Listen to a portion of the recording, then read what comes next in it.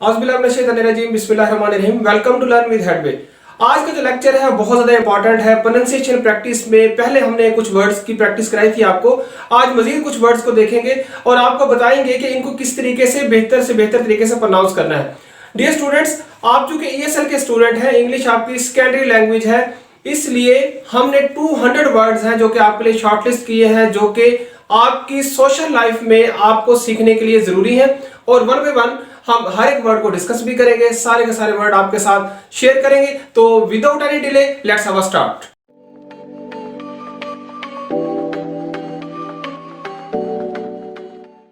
Dear viewers, our first word is very much important, which is included our top 20 mispronounced word, which is interrogative. Wrong pronunciation इसकी है interrogative. Interrogative English Talking Dictionary में कोई भी word नहीं है, ये interrogative है। British भी इसको इंटरोगेटिव बोलते हैं और अमेरिकन भी इसको इंटरोगेटिव बोलते हैं। तो आपने अपनी लाइफ से इंटरोगेटिव को निकाल फेंकना है और आज से ही इंटरोगेटिव बोलना है, इंटरोगेटिव नहीं बोलना। इंटरोगेटिव भी ही हमारी राइट प्रोनाउंसिएशन है। Our next word is very much important, which is being mispronounced frequently in a society and in some education institutions, which is adjective. अब एडजेक्टिव जो है इसकी जो करेक्ट प्रोनाउंसिएशन है एज पर ब्रिटिश वो है adjective और एज पर अमेरिकन ये एडजेक्टिव है।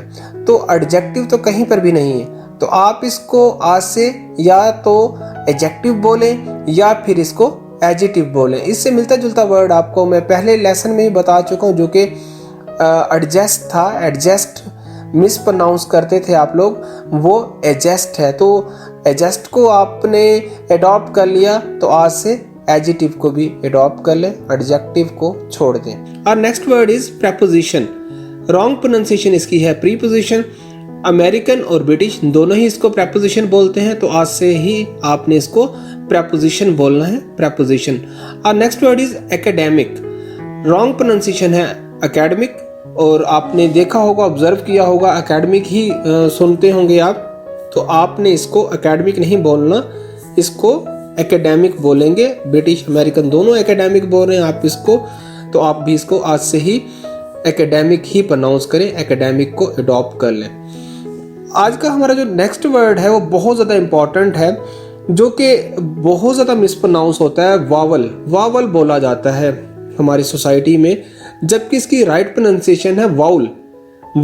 एक ही प्रोनाउंसिएशन है अमेरिकन और ब्रिटिश, जो कि वाउल है, वावल नहीं है। वावल रॉन्ग प्रोनाउंसिएशन है, तो आज से ये वर्ड हो गया वाउल। वर्ड नंबर 16 है परफॉर्म। अब बोला ये जा रहा है, आजकल जो मिसप्रोनाउंस हो रहा है वो बोला जा रहा है परफॉर्म।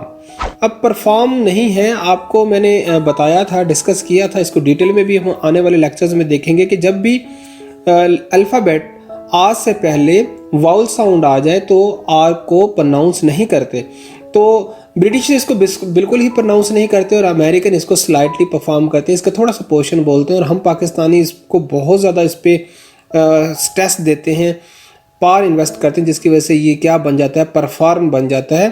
तो परफॉर्म नहीं है, ये वर्ड परफॉर्म है। परफॉर्म बहुत खूबसूरत वर्ड है, परफॉर्म। तो आज से ये क्या हो गया, परफॉर्म। तो इसी से बनेगा आगे जाके परफॉर्मेंस।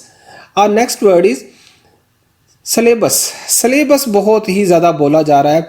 आप देखते होंगे अक्सर इदारों में कि सिलेबस वर्ड बोला जाता है, सिलेबस, जबकि इंग्लिश टॉकिंग डिक्शनरीज में आप इसको सुनते हैं तो ये वर्ड है syllabus, not syllabus. American British दोनों ही इसको सिलेबस बोल रहे हैं, आज से ये वर्ड सिलेबस हो गया। रॉन्ग प्रोनाउंसिएशन है इस वर्ड की सिनोनिम।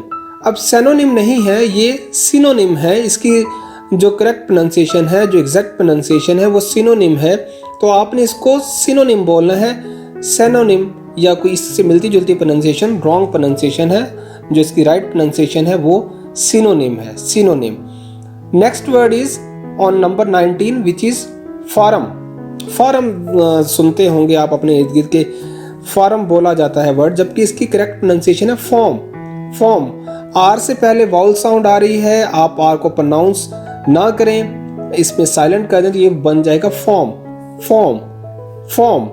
और next word is appreciate. Wrong pronunciation है एप्रिशिएट। अब ये वर्ड जो है एप्रिशिएट आप सुनते होंगे, तो अमेरिकन और ब्रिटिश दोनों ही टॉकिंग डिक्शनरीज में ये अप्रिशिएट है, अप्रिशिएट। तो ये एप्रिशिएट नहीं है, अप्रिशिएट वर्ड है।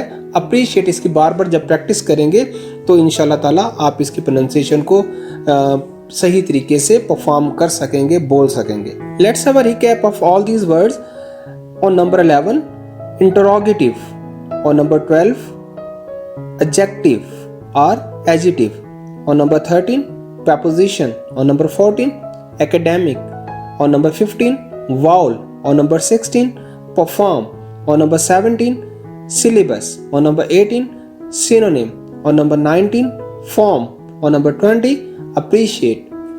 तो आज का था ये लेक्चर जिसमें हमने मज़ीद 10 वर्ड्स को देखा, उनके प्रोनाउंसिएशन को देखा। अपने आने वाले हम कुछ लेक्चर्स में मज़ीद वर्ड्स को तेज़ी से सीखेंगे, उनके प्रोनाउंसिएशन को सीखेंगे। तो आप देखेंगे कि आप अपनी लाइव्स में, अपनी सोशल, एकेडमिक, प्रोफेशनल लाइव्स में इन वर्ड्स को जब प्रोनाउंस करेंगे इनके ट्रू एक्सेंट में, तो आपकी ना सिर्फ पर्सनैलिटी की डेवलपमेंट होगी, साथ साथ आप लोग कॉन्फिडेंट फील करेंगे ख़ुद को कि आप इंग्लिश लैंग्वेज में अब एक्यूरेटली और प्रिसाइजली वर्क कर रहे हैं। इससे जो पहला लेक्चर था उसका लिंक भी मैं डिस्क्रिप्शन में दे रहा हूँ, वो भी आप 10 वर्ड्स हैं उनकी प्रैक्टिस कर लें।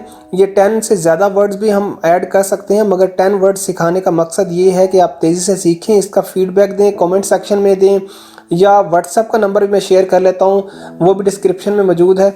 आप उस पर भी हमसे कॉन्टेक्ट कर सकते हैं ताकि आप लोग तेज़ी से सीखें, हमें फीडबैक दें और हम उसी के बिहाफ पे मज़ीद बेहतर तरीके से काम कर सकें। मज़ीद तेज़ी से इंशाल्लाह लेक्चर आएंगे ताकि हम ये जो 200 टॉप मिसप्रोनाउंस वर्ड्स हैं उनको सीख सकें, उनको अच्छे तरीके से उनकी प्रैक्टिस कर सकें।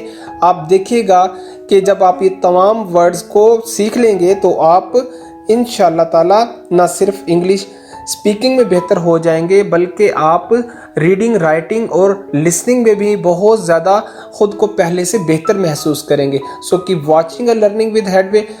मिलते हैं नेक्स्ट लेक्चर में। अल्लाह हाफिज़, अपना बहुत ख्याल रखिएगा।